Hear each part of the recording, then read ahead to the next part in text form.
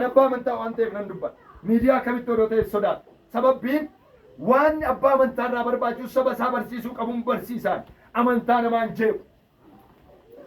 Namoonni har'aa guutummaatti fakkii maaramii jedhanii kan maaramii hin taane, fakkii arseemaa jedhanii arseemaa kan hin beekne, fakkii mikaa'elaa jedhanii kan mikaa'ela hin beekne, fakkii gabreelii jedhanii kaasanii raawwatanii gabreeliidhaaf xuwwaa qopheessu, barcaa qopheessu, yookaan ubboo xinnoo qopheessu dhoqqee irraa kan hojjetamu.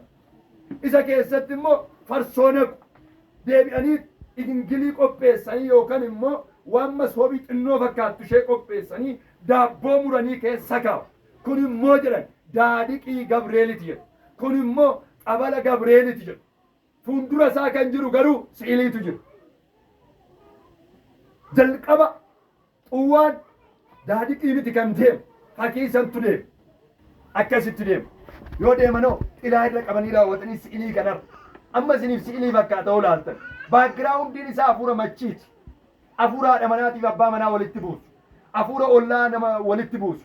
Hafuura moraati. Hafuura digimtiitii as keessa jira. Si'ilii isinitti fakkaata garuu sin. Hafuurri digimtii shibaa nama godhu. Jaamaa nama godhu. Nama naaffisu. Nama maraachu. Eessa jireennaan fakkii kana duuba dubartoonni baay'atanii dhiironni baay'atanii sagalee ililleetu.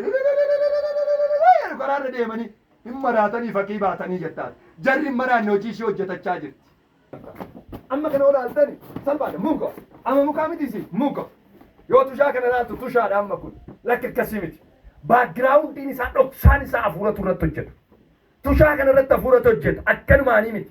Nama digimtii dagamuu danda'u. Nama beekamtii kanaa qabu. Nama waa'ee kanaa baratetu guutummaatti kan itti bocee fidu kan biraati. Hanna gadatutti. Tokko bocee fida. Tokko immoo irratti dhagama. Tokko namas qalaale.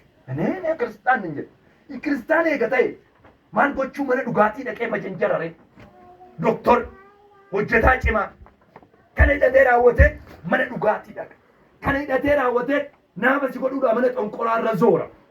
Tushaa kanarra immoo jawweetudha. Baay'atu odoo tushaa kana ofirraa qabu of sillise. Bahee raawwatee. Eega inni kun hojii hojjete. Eega fannoo Kiristoos ta'e. Eega milikkita Kiristoos ta'e akkamitti tushaadhaan uffanni isa namni kana hidhatee